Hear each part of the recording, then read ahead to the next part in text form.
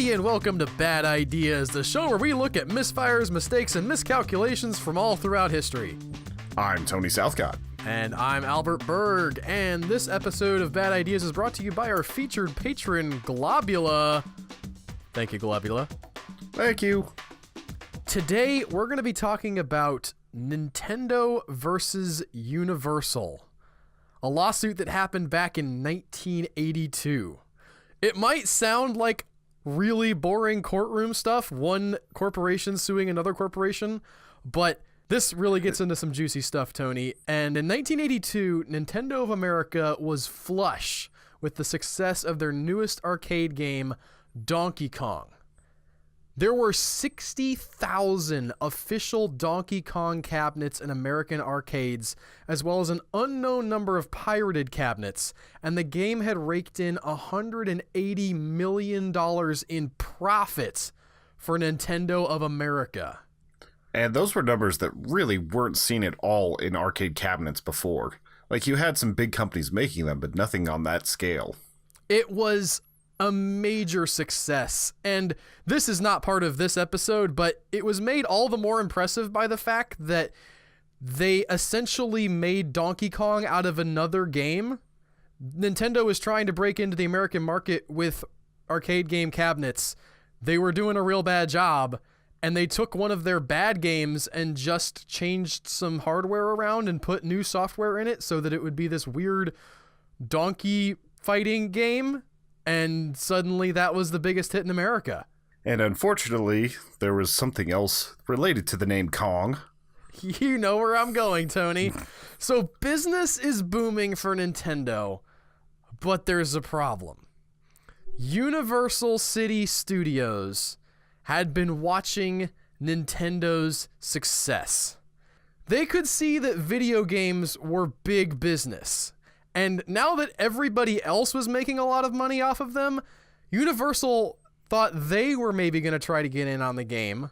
But instead of building up their own successful video game business from the ground up, Universal thought they'd take a different route.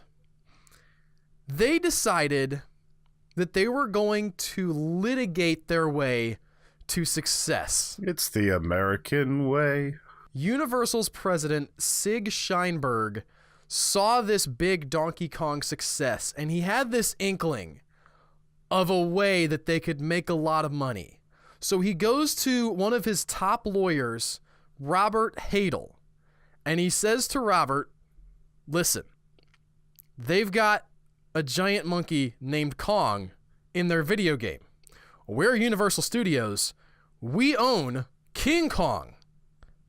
Is there anything we can do about the fact that they're making a lot of money off of their Kong and we're not making any money off of that Kong? And Robert Hadel looks into this and he says, you know what? Yeah, I think we got a decent shot here. And whenever you've got that many lawyers, you might as well give them something to do. Robert Hadel wasn't just one of the lawyers in the pool. He's like vice president of the litigation wing of Universal. He's way up in their lawyer hierarchy, and he comes back with this assessment that, yeah, we can probably make some money off of this. And so he starts the wheels of litigation. I almost said justice, but not justice in any case. Of copyright dispute. They start off by contacting Nintendo, threatening to sue if they're not immediately compensated for what they claim was the theft of their giant building climbing monkey. How much were they saying that they needed in compensation for this? The figures that I read in the various sources ballparked it around $5 or $6 million. So out of $180 million, it wouldn't have been a huge amount, but still, you don't want to give any of that up. And that is one of the things that Universal was kind of counting on. They actually calculated, is it going to be worth these people's time to fight our suit? Even if they do have a good case, maybe they'll just pay us so that we go away. They don't stop with Nintendo, though. They also go after another company called Coleco. Now, Coleco was a computer manufacturer who had just bought the rights to include Donkey Kong, the home version, in their ColecoVision home computer. This was a big deal because Donkey Kong was hugely popular in America at this time, and you could be the one who had it in your house, but only if you bought a ColecoVision. That's pretty big draw. Every single ColecoVision was going to come with Donkey Kong packaged in with the computer, and Universal goes to those guys and says, we want a little cut of your pie too. I think you're going to make a lot of money off of Kong-related apes. You're going to give us some money. You're going to give us some of that. And Coleco almost immediately caves for a couple of reasons. First off, Universal did a little sneaky blindside on them. Universal comes into a meeting with Coleco, a physical face-to-face meeting, implying that they are thinking about buying Coleco or at least investing heavily in their business. And once they're in the room with them, then just jumping them with, oh, by the way, we're suing you for a lot of money and we're Universal Studios. That's so shady. The other thing that they had going for them was Coleco was very small and very new, and they had so much riding on this that they really couldn't afford to have anything go wrong. So they just straight out the gate pay up. And their figure, I think, was around $3 or $4 million based on what I read about this case. It's a much more substantial amount for a company like Coleco where they're just trying to get a foothold. Possibly. And the fact that we don't have Coleco around anymore might indicate that it went even worse for them than it might have otherwise. Yes. Now, Nintendo's initial reaction to this lawsuit was similar to Coleco's. They don't get jumped quite like Coleco does, but they are a still relatively small company. You have to think about them in terms of 1982 Nintendo, where, yes, they've had some success with this one property and one product, but really they're these upstarts. They're new in the country. Most of the people who are in charge of Nintendo America are transplants from Japan and related to the people who are building the company in the home country of Japan. So they're kind of new to the waters of American business. And they're still relatively small fish. They're not in such a different boat than Coleco where they can just afford to flip off Universal and say, nah, we're good, and not have anything to lose. So their initial reaction is, okay, Universal's big. We've made a lot of money on Donkey Kong. We just want to get through this, and we can pay them their $6 or $8 million or whatever they're asking, and it'll go away, and we can continue growing. But their lawyer at the time, a man named Howard Lincoln, started looking into this lawsuit, and he goes to his bosses at Nintendo of America and says, actually, I think we should fight this. And he has a couple of reasons. First of all, he doesn't think much of Universal's case, but he also appeals to sort of their ego. He says, listen, the fact that we're getting sued is actually a sign of our success. It doesn't mean that we're doing something wrong. Just because they're suing us doesn't mean they have a right to sue us. We can fight back, and if we fight back and win, that proves us an even bigger player in this arena. If Universal's taking notice of us, that means we're doing something right. Let's not let them, knuckle over us like the big ape they're trying to sue us over. Let's punch back. It's a very optimistic point of view. I like this guy. He's good, yes, and he convinces his Japanese bosses to let him fight the lawsuit. Meanwhile, Universal is dealing with Coleco, who has caved to their demands, and they realize that they have a problem. Their claim against Coleco and Nintendo is that these two companies are using the image of King Kong without permission in a video game. But Universal doesn't want them to stop. If they sue Nintendo and Coleco and prove that King Kong and Donkey Kong are the same person, they're going to want to keep earning money off of that golden goose. But the problem is that Universal has a prior arrangement with Tiger Electronics to make a Donkey Kong game. Exclusive arrangement to make a Donkey Kong game. And for those that don't remember, those were the little tiny handheld, like barely do anything type games, right? Yes, the little, it has little darker lines that light up occasionally, but you can still see them when they're not lit up, that kind of thing. Yeah, the pre-generated lines. Correct. So Universal calls Tiger Electronics up and says, listen, we need to do a review of that game that you're making for us. And in reviewing it, we might be inclined to change some of the terms of the agreement. And they take a look at Tiger's game, and their criticism, their leverage that they use to get Tiger to change the contract is that the King Kong game that Tiger has made is too close to Donkey Kong. They're playing both sides of it now. In the meantime, Nintendo was mounting their defense.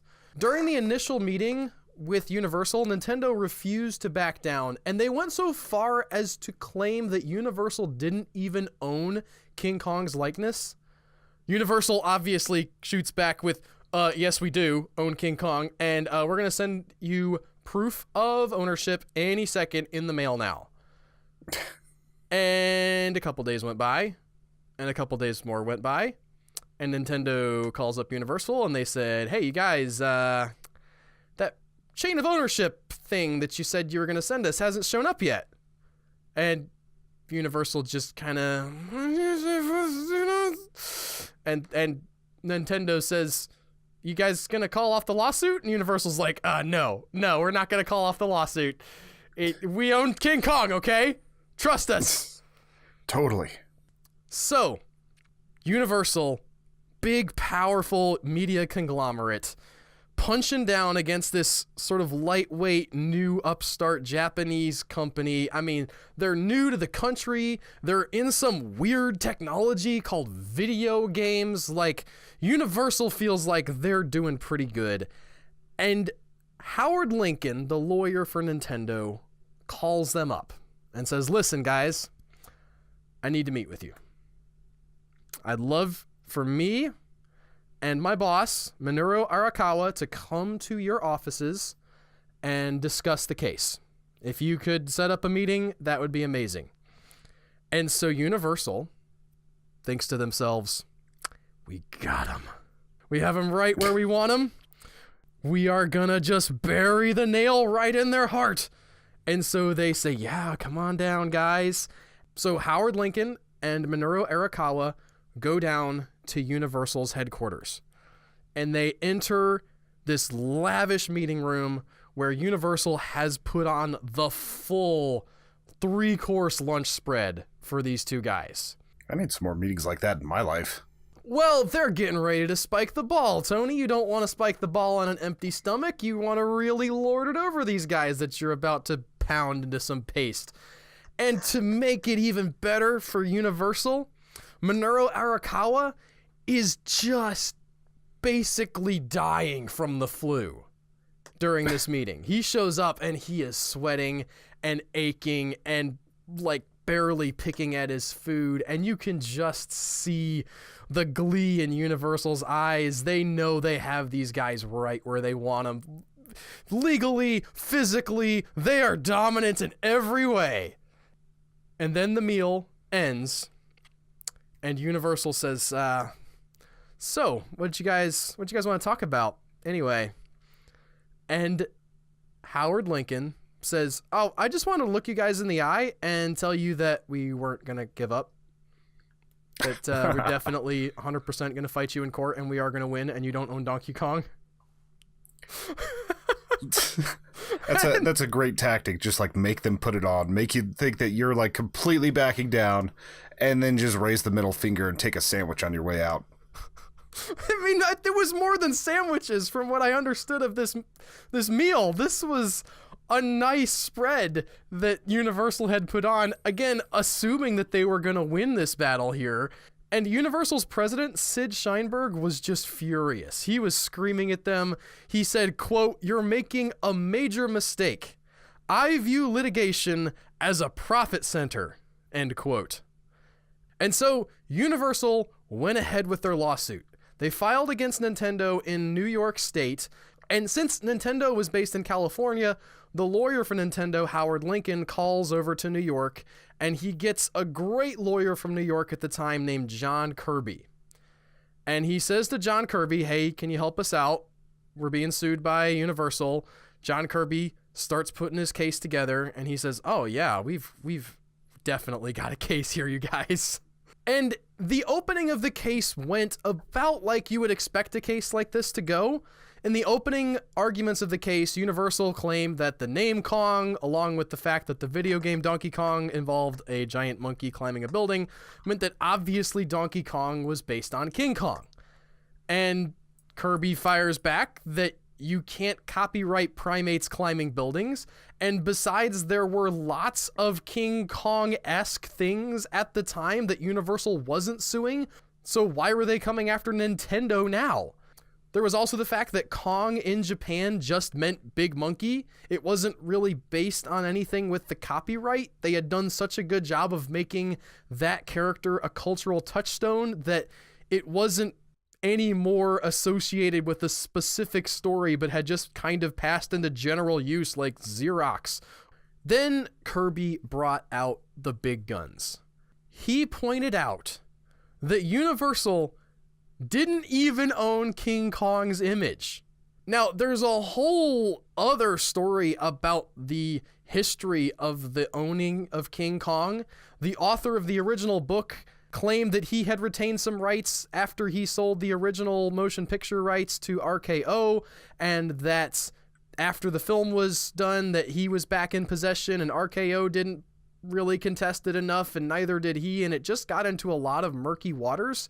And so when Universal decided that they wanted to make a King Kong movie, they had sued RKO for the right to make King Kong under the argument that King Kong was in the public domain because his image and copyright had not been properly updated back in the 1930s when the movie was made. So you're saying that they sued prior to get the rights to film something that they didn't own, and then they tried to sue somebody for using what they didn't own. Right. Now, public domain, I don't know if everybody understands.